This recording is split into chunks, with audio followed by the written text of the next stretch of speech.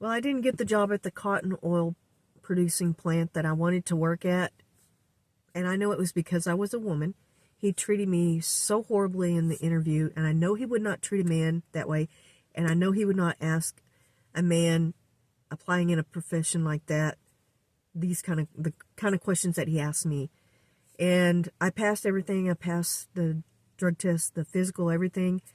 And then he reluctantly told me, well, I guess you'll have to show up on Monday. That's when your shift starts. And, oh, you need steel-toed boots. And I told him, I don't have any, because I had never used steel-toed boots for any of the jobs. And this is when I was like in my early 20s. And he goes, well, I don't know, but you need to get them by Monday morning. And I had to be there at like 6 or 7 in the morning. And it was like Friday afternoon when he told me this. And I didn't have the money, because back then, steel-toed boots, there are hardly any that were made for women. Now they have all kinds. They make all kinds of steel-toe boots for women. But back then, you usually had to get a pair of men's, and they're expensive. There weren't, a whole lot of places you could get them at. And so I ended up not getting that job because of that. And then come to find out, I met like a couple of guys that worked there, and I told him about what happened, and they asked who the interviewer was, and he goes, oh, yeah, you definitely didn't get it because you're a woman. And and I told him about the steel-toed boot situation. He goes, no, they have a voucher that they give to all new employees. Before you even get on the shift, you get it, and then they will take a deduction out of your check to pay for like 50% of it out of your first check or something like that. He goes, everybody gets it. I said, really? And that was my proof, that, because he did hire me, but then I ended up not getting the job because he didn't want to give me a voucher to get steel-toed boots. And I'm a small woman. I'm like 5'3". At that time, I weighed maybe like 110 pounds. And it was really hard, heavy labor work, but I've done a lot of jobs, a lot of physical labor jobs, and, well, that's the end of that story. I forgot to put it in when I was talking about that. It's somewhere in the middle of the video, but that's the conclusion to that.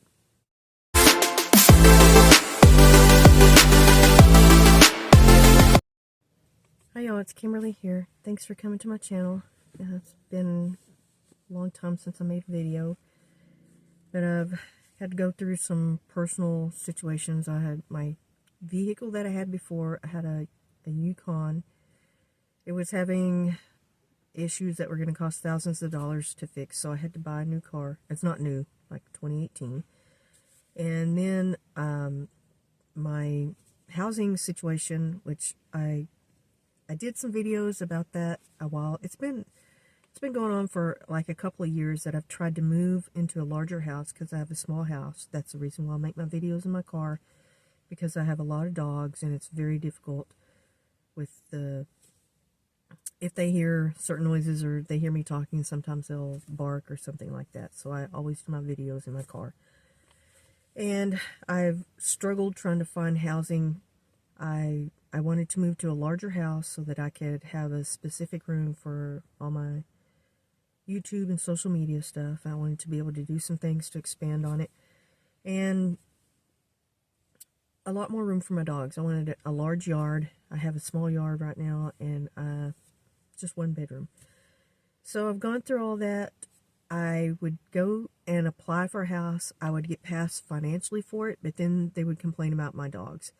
And at the time, I had 2 pit bulls and 2 chihuahuas and a small Chiweenie. I didn't declare all the dogs. I only told them about the 2 large pit bulls, and one of them's, they're not really large. They're like medium. I think the biggest one weighs maybe like 65 pounds. And my smallest one is a Chiweenie that weighs maybe like 3 or 4 pounds. She's like very small. So I declared the 2 pit bulls and 1 of the chihuahuas. And because my other ones are so small and so tiny, and they're not going to do any damage, and the amount of deposits that I would have to pay for each dog, some of them wanted like $500 per each dog, or like $1,000 paid up front, in addition to my personal deposit and first month's rent and a last month's rent, just all kinds of combinations of fees and charges. That was going to be thousands of dollars for me to even move into a house that I don't own, that I had to pay a lot more in rent for, and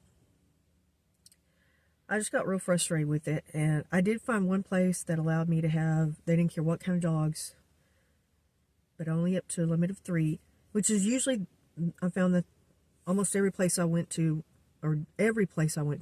the total amount, the highest amount of dogs that you could have was 3. And being a dog rescuer, dog lover, I usually have more than 3 dogs. And I've never had an issue with people. I've had more dogs than that before. And I've lived in places that were not the best area, not the best place. So I think it was, I usually got a deal on, I would clean the house or do something to mitigate the deposits or whatever. But now it's, it's getting extreme, and the cost is outrageous for housing. In the city I grew up in, you could rent like a nice 3-bedroom, 2-bath house for about $650, $700 a month about 10 years ago. That's gone up to about $800 or $900, $1,000, $1,200, depends on the area and if it's a brick house, if it's, different factors. Prices have just been jacked up. So the cost of land and housing here in Texas has just gone up, insanely high. And when I was young, I had the opportunity to buy an acre of land. And the city I grew up in, it was like 120, 130,000 population. So it was a pretty decent sized city. And there was a small, very small, like little town at the edge of, or just about, it was like 7 or 8 miles from the nearest paved road. And this paved road was a busy street, but it was at the very edge of town. And new businesses and new houses, there was a clutch of, like, a rich neighborhood, a nice, expensive housing development kind of popped up there on that street. And the houses were very expensive, very nice. I went to some parties there in high school and saw them. And I was like in awe of them. They have swimming pools and, large, beautiful houses.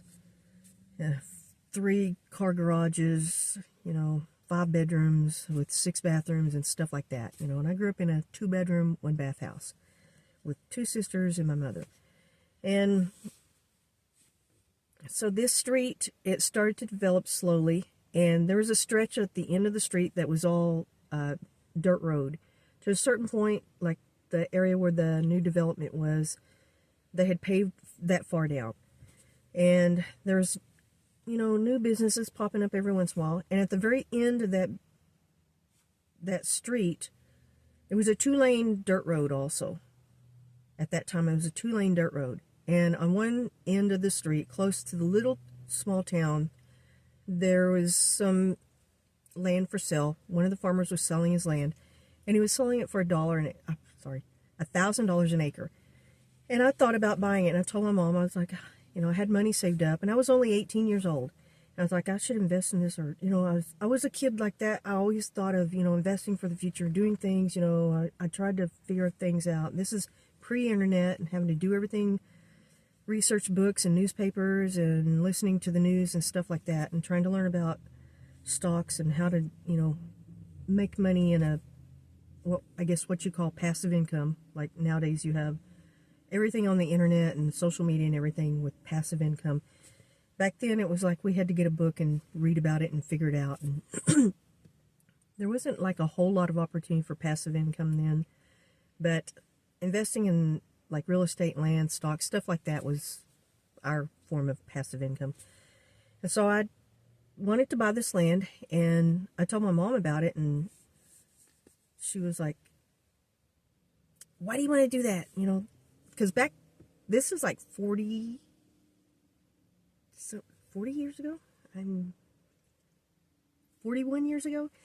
So $1,000 back then could buy a small used car. It could, pay your rent for 3 months, 3 or 4 months, depending on, a small apartment. Rent was cheap when I was a teenager. And she kind of talked me out, or she did talk me out of it. And I just started thinking, that was a lot of money. It really was. So that was a big decision for me. And I didn't do it. I didn't buy it. And now that 1 acre is worth about $250,000. There's a business sitting on it. And, I kind of kick myself when I think about it, because kids sometimes listen to their parents, and she put the seed of doubt in me, and I didn't buy it. And now that street is a 6-lane street with businesses all the way connected all the way to the small town. There's no point where it's kind of like Dallas and Fort Worth and all that. There's no clear division, it's just on paper a survey line, but there's no way you can see it visually with your eyes where it separates the two cities. And so that I always think about, is a mistake I made when I was young by listening to somebody else. But I know that she meant well, thinking that because there was nothing. It was a dirt field. She was saying, what are you going to do? Plant cotton on it? Because that's what we grow here is cotton. She goes, you don't even have a tractor. I remember the way she was trying to talk me out of it. And I don't know. I was like, all right, man, what can I do with it? I can't plow it. I can't build on it. She was like, you don't have any money to build a house. What? So I just didn't buy it. And now I bought 1 acre of land. I just closed on it yesterday, and I paid a $500 earnest money to retain my right to pay out the down payment. They gave me 2 months to pay that out, and that was $1,580 total. So it was a total of $2,080 for the down payment for 1 acre of land. Compared to the $1,000 that it would have cost me to buy an entire acre then, this was just the down payment. The total price of the land was $25,000. And that sounds outrageous and crazy for 1 acre of land. But that is how much land has gone up here in Texas.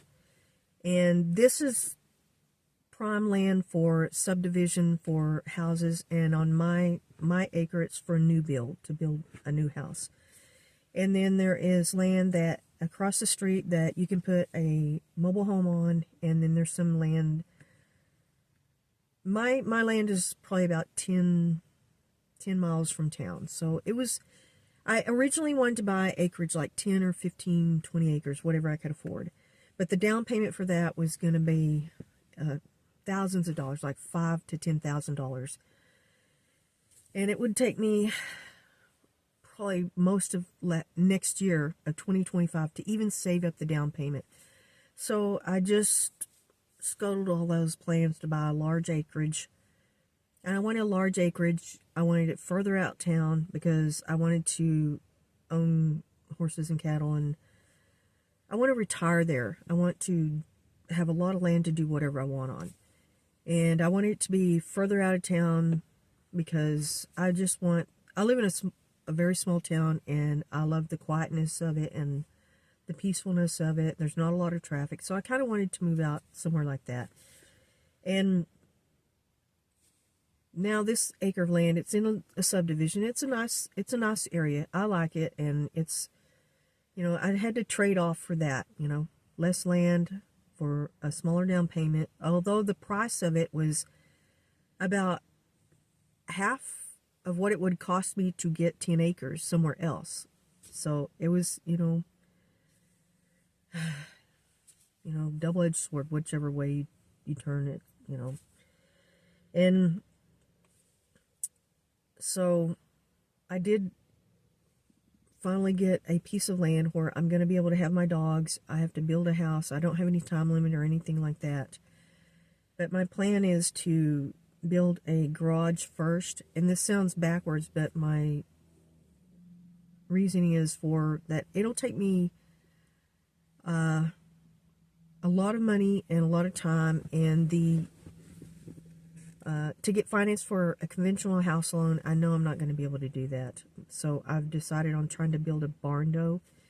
And with that, you just pay for the foundation first, and then you can get finance from a metal building company just for the metal building alone. It's a lot cheaper to put that metal building down, although you do have to finish it. You got to put in the plumbing and all that, but it's a separate cost, and you can do these things at, you know, it's just easier to get financed separately for things like that. And I can be able to finance the water well by itself. I can get that done, you know, a few months before I put the foundation. And for my foundation money, I'm going to use my savings and then probably draw some off my retirement plan from work. And anything that I can save just from work and pay cash for that. And then the metal building will just be another monthly payment, like paying rent for a house. But it'll be less, probably about half the cost of, you know, a loan for a conventional house. And even for a house that's like 1,500, 2,000 square foot, it'll be half the cost of, you know, of traditional pier and beam housing.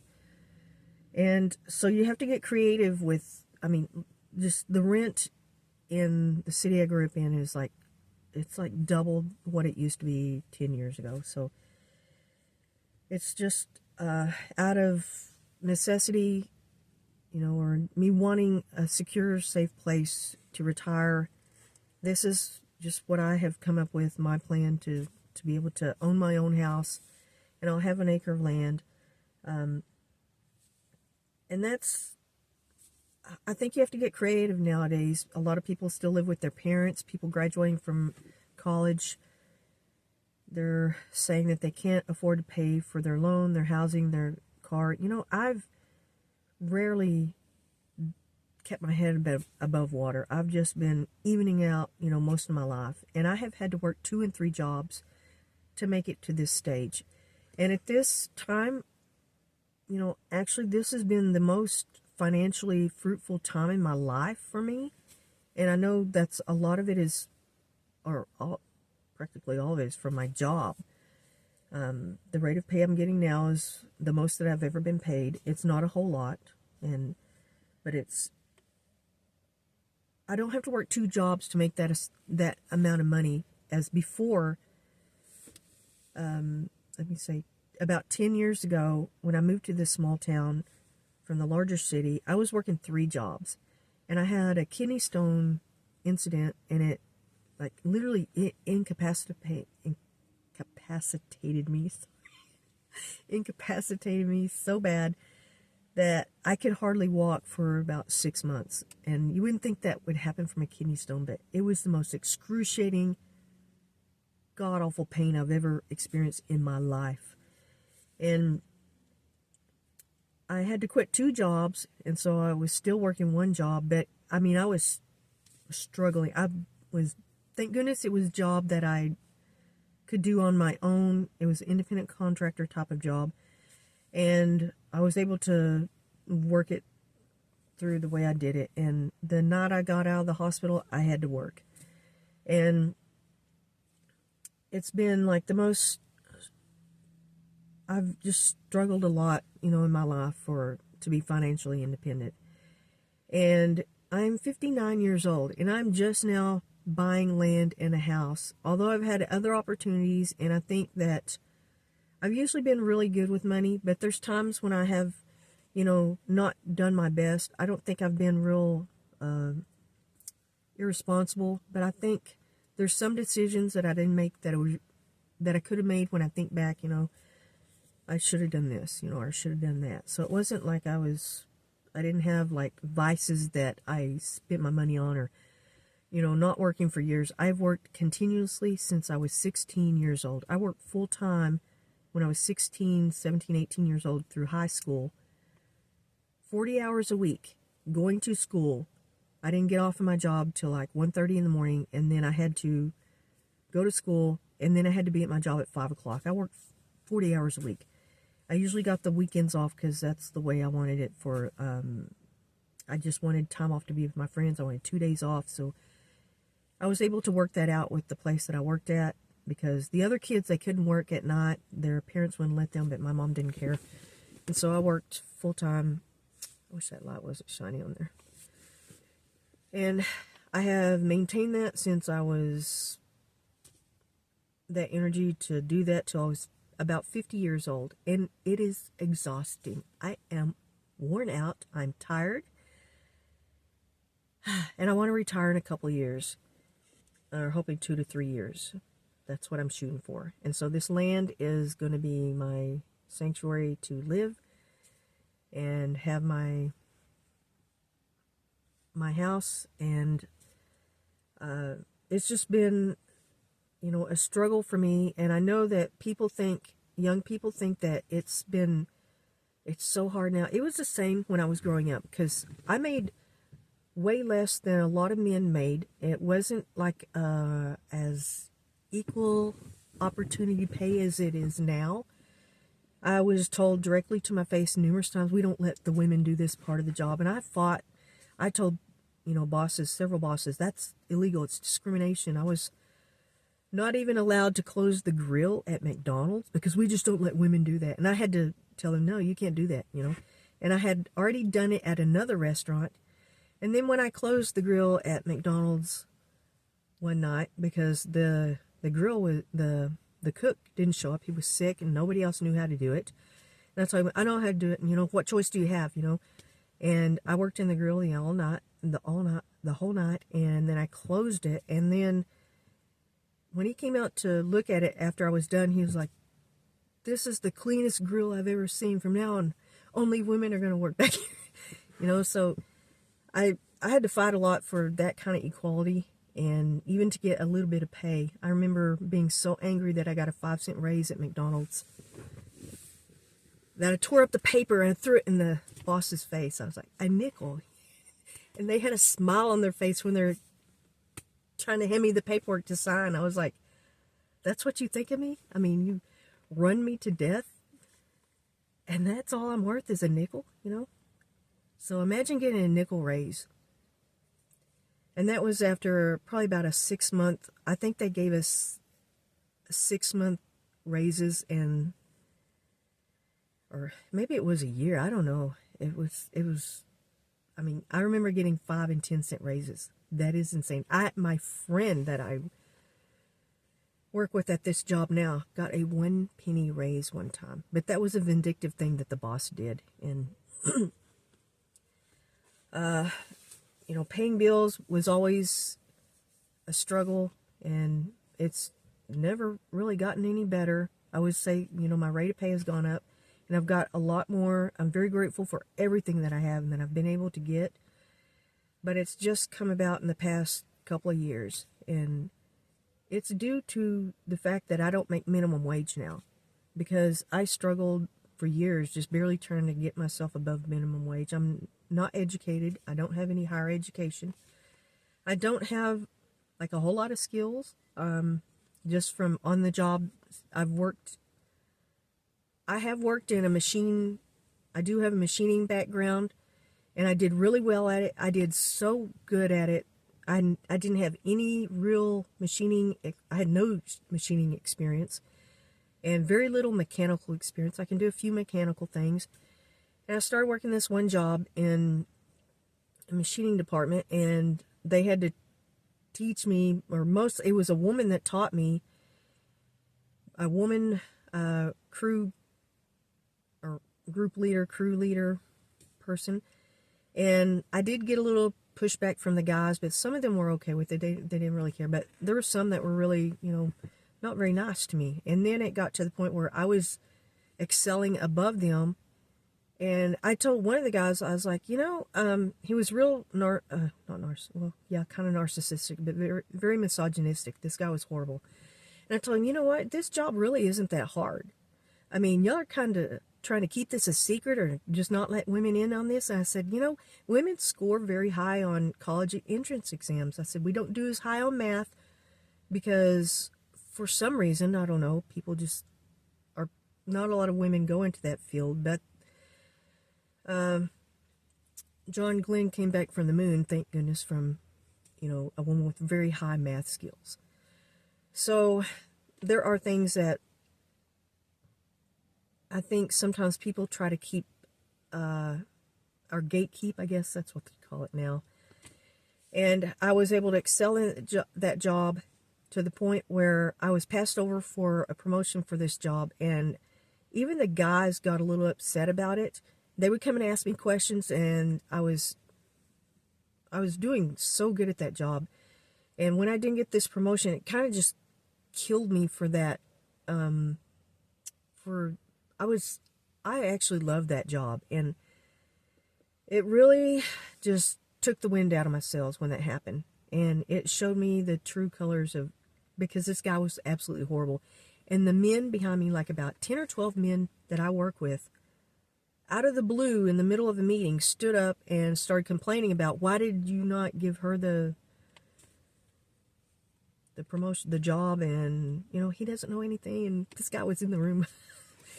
And I was shocked. I mean, I was not expecting, had no idea that was going to happen.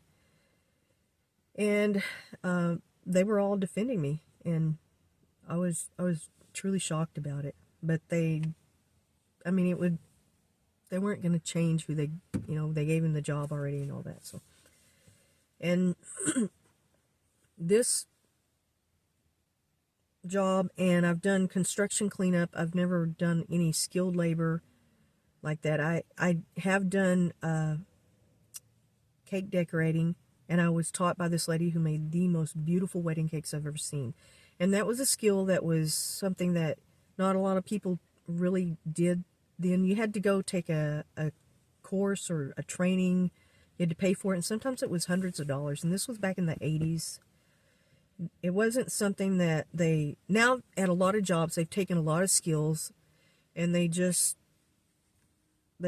taught people how to do it. You learned on the job, and it was like a mass.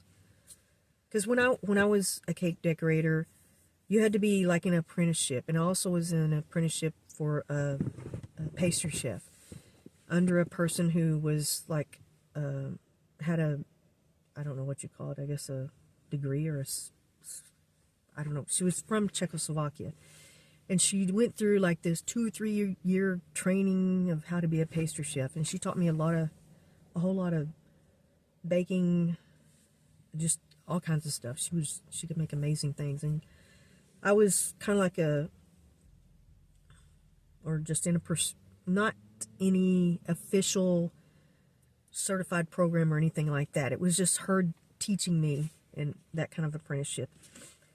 And so cake decorating nowadays, it's like you can throw a rock and practically hit somebody on the head who knows how to do it. Because so many people have been taught that on the job, and the pay for that now is like barely above minimum wage. And when I was doing it, it was quite a bit above minimum wage. That was one time in my life I actually did get paid a little bit. I was doing pretty good there. And those are probably the most skilled jobs I've ever had. And this job, it's not like something I have to have a whole lot of skill for. But it's I guess it's the time period because of the pandemic that pushed a lot of people over the edge where they were not going to work for minimum wage. And I actually got to that level before the pandemic. I went to a few interviews where I started out. I know you're not supposed to do this, but I went to a couple of interviews, and they gave a huge description of the job, and it had like 50 or 100 points of, can you bend at the ankles? Can you do this? Can you do that? And then one of the first questions I asked, I was like, I can pretty much, everything on that list is something I'm capable of doing. But I noticed that the rate of pay wasn't published. And I was like, I don't know what I'm going to go through on this interview, and it's really not worth my time, it's not worth my time to sit in here and go through something that I already know that I can do, because I can answer all these questions, yes. But you don't want to tell me the rate of pay up front, I I need to know what it is before I waste my time. And one guy, he was like, well, we don't really tell. You know, I was like, well, okay, thank you for your time. And I got up and left. And then the other interview that I did that on, he told me what the rate of pay was, and he goes, well, yeah, I really don't have a problem telling people, but we generally don't do it until the end of the interview, until we offer you a job. I said, that's backwards, because it's just not a good practice, you know. People need to know, you know, we have a right to know what we're, you know, why would we sit here and go through all this and find out that it's very low pay? You know, I had to act so accordingly to get this job, and it's a job I don't even want because it's so low paying. He goes, yeah, I kind of agree with you. Or, you know, he wasn't really offended by it, but the first guy, he was like so offended, you know. And I just, you know, I had been in that office for like maybe a minute, and I initiated it by saying, you know, asking what the rate of pay was, and his answer to me, you know, it just prompted me to say, okay, thank you for your time, and I got up and left. And he was just like shocked, you know, like. But I think companies should always tell you the rate of pay before you even go into the interview, because that cuts out a lot of people that, you know, are not interested in the job. They're not going to work for that level, or they're only going to put in like a certain amount of level because they already know, okay, it's a low paying crappy job. Until I find something better, I'll just do the minimum work, you know, to get by. So that's not a good practice for companies when they don't put the rate of pay out. And so a lot of jobs that I went to when I was younger, I went through horrible interviews asking me questions that were illegal, and I didn't get a lot of jobs because I mean, literally I was questioned I don't know how many times about whether I have a boyfriend or if I'm married, which you can't ask on an interview. And asking me or treating me differently, so differently because I'm a woman on a job. I remember I was going to a job in a cotton oil producing company that paid very good, and I really wanted that job so bad.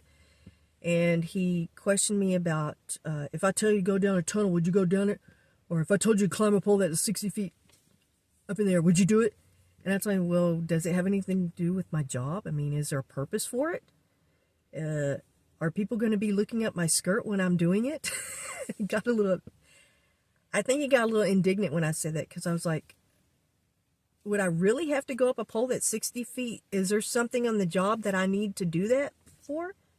And he didn't answer me. And then actually I did get the job, but I think he gave it to me thinking that I would fail the physical, because he questioned me endlessly about drugs. Have you ever done drugs? Do you drink? This is a real physical job. You have to be in good shape when you get here. I was like, I don't drink. I don't do anything. And then when I went to go take the drug test, I passed. And then actually it was an in-house drug test. He was the one that some companies, they do in-house testing right there. I've gone to just a few interviews that do it that way. Most of them send you somewhere. But he actually did the test and passed. I passed. And then I had to take a full physical with an x-ray, and it showed every little, actually I don't know if it was an MRI. I think it was just an x-ray. I don't think it was an MRI. That would be too expensive, I think. But I mean, it literally showed everything. If you had a broken bone, a bad back, if you had pins or anything, they wanted to know if your body was broken and put back together. You know, do you have plates, in your ankles, or are your limbs screwed back together? They wanted to know every little thing about you physically to make sure that, you had to be almost completely perfect physically. And another friend that I had, I think it was one of her friends, she was applying at the same job, and she went through the process, and then she had an insulin pump that she didn't tell them about. And when she took the physical, it showed up. She didn't think it would show up. I told my friend, I said, if she goes there, they're going to find that, and they're very thorough. And Sure enough, they found it and they did not hire her because she lied on her application because she didn't. There's certain things on the health side of the application that you have to check off. Or, is there anything, any device or, I don't know, something that is on your body or something like that. And she lied about it, and then they caught it on the x-ray. And so I've been through, a lot of horrible job interviews, and I've been harassed on interviews, ridiculously harassed. And one interviewer actually tried to touch my face and tried to make me like, you should smile more. You're very attractive or something like that. And I was like, don't touch me, like I literally have to tell a grown man not to touch me in the middle of an interview, and that I don't have a big toothy smile. I have little teeth, and that's one of the things, if I ever got money, I would spend money to fix my teeth, I don't have like a huge toothy smile, but I've been harassed at jobs for not smiling, and not, nowadays you would get in trouble if you did that to a woman, but literally we would be counseled on, well, you're not smiling enough. And KFC used to actually have a policy that my friend worked there, if you don't smile at every customer, your meal is free or something like that. And I remember she had very big, pretty teeth, and she would fake a smile all the time. And she was like, I had asked her about, get me a job there. I need another part-time job. And she told me about that. I was like, oh, no, I can't do that. No. And there's a lot more protections on jobs. And I think the harassment training is, it's way better. Or actually, we had no harassment training when I first started working. There was no such thing. And a lot of places do not have human resources that if some incident occurred, you were left on your own to defend yourself. And it was very hard. I went through a lot of horrible situations on jobs that nowadays I think you have a lot more avenues to turn to protect yourself in jobs. The increase in land, the cost of land, the cost of living,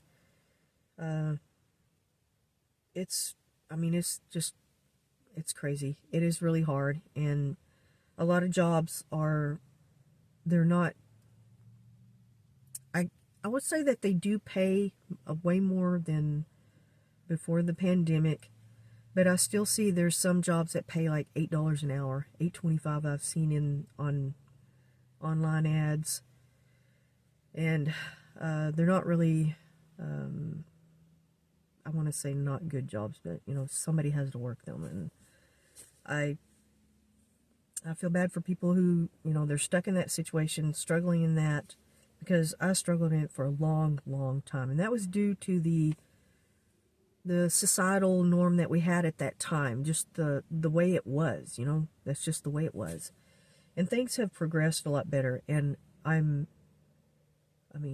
infinitely more happy in my work opportunities and abilities nowadays than 10 years ago, because the city I came from, it's grown. It's almost not quite doubled in population, but there's a lot more work opportunity. There's a lot more equality. Used to trying to get trained to drive a forklift was like, no, we don't teach women that. And it was things were real closed off for women, I would say, in the past 30 or 40 years ago. And then slowly it's, now they're like pushing you to do things. They try to push me at work well, they didn't know I could drive a forklift. And I really didn't want to do it again because I drove in the stacks, and it was, it's stressful, putting these huge pallets that weigh thousands of pounds way, way up. And not everybody can do it. And the place I work at now, they actually took somebody out of that job because they kept crashing the pallets, and It's a very dangerous job. And at one job, I swear they tried to unalive me. They tried to, I worked with all men. I only worked there for a couple months, and I was new. That's the place I learned how to work in the stacks, and it's, you know, they can be like three, 4 stories. I think maybe 3. I don't know if 3 stories is the highest it would go. I don't know, but or no, they have stacks that are higher than that. But my training was at 3 levels, and they were like, I was the only female forklift driver on that shift, and I got a lot of harassment and a lot of, they would push their forks onto the side of the metal stacks, and it would shake, and it could have killed me, and it could have caused a huge collapse. If you've ever seen that video of the forklift driver that crashed the entire warehouse, where it just like domino effect, it just, all the stacks fell down. He destroyed the entire warehouse. You know, that's what they tried to do to me. And I tried to explain it to the boss, and he just was like, didn't believe me. And I quit working there after like not even 2 months, I think. I worked at a few warehouses, mostly part-time. I worked at other jobs like full-time. I think that was, one of them was, I was trying to make it my full-time job, but and I drove forklift on when I worked in the machining department, that I didn't have to I did not work in the warehouse area, but in and around our machining area, we did use a forklift like that.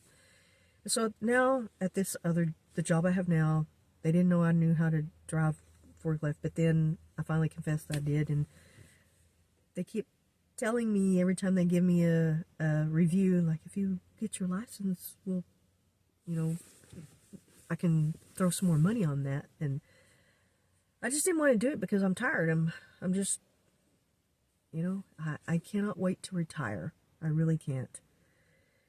But I'm thinking about that maybe I will do it, just because, I mean, it's maybe not even maybe a few $100s a year. It's not going to be much of maybe, I don't know, maybe $100 a month or more. I don't know what it would be. It depends on how much they decide, and I don't know how much it would be. So, that's my take on the housing and the inflationary cost here in Texas that has gone up so much. I mean, our opportunities have gone up here, I think, because the Texas economy is booming. It really did grow, and I've experienced it, and it has, you know, added value to my life so much more than when there was quite a few years that it was stagnant and the economy wasn't doing very well. I mean, years and years ago when I was much younger. But now, everywhere you turn, there's some job or some opportunity, especially here in Texas. But if you do come here, we do have high property taxes, and there's no set, like a lot of states have raised their minimum wage. There's no set minimum wage. They can still pay you $7.25, and it's an at-will work state, which means they can fire you for any reason, anytime, without even telling you, as long as it's not discriminatory. It can't be for any discriminatory reason. It has to be like, if they don't like you, just simply don't like you, they can fire you for that. And they don't have to tell you. But also, you can just walk off a job in the middle of a job, and I've done that numerous times because I'm allowed to do that. It's not illegal here, and it's not, you know, and I have to remind employers of that, because I've tried to walk off one job, and I can't remember what happened, but it was like something it was the end of the rope for me, and I was being treated, you know, very crappily. And I started to walk off. I brought my equipment and just, I'm out of here. See ya, or something like that. And we can't do that. You got to work to the end of the week, or 2 weeks. You have to put it in 2 weeks. And I was like, no, I don't. This is Texas, stupid. And that happened to me several times at jobs. And I was like, no, I don't. Well, you at least have to finish this shift. No, I don't. Not here in Texas. You can just walk off with no retaliation. It's supposed to be with no retaliation. The only thing is, if you reapply at that company, they don't have to rehire you. They can use that as a reason, and that's not considered retaliation. It's just considered poor work ethic or something. I don't know what. I forget what they call it, but not dependable or something. I don't know. I don't know what it is, but well, I guess that's about all I can say about that. Thank you for coming to my channel. Thank you so much. I'll make another video.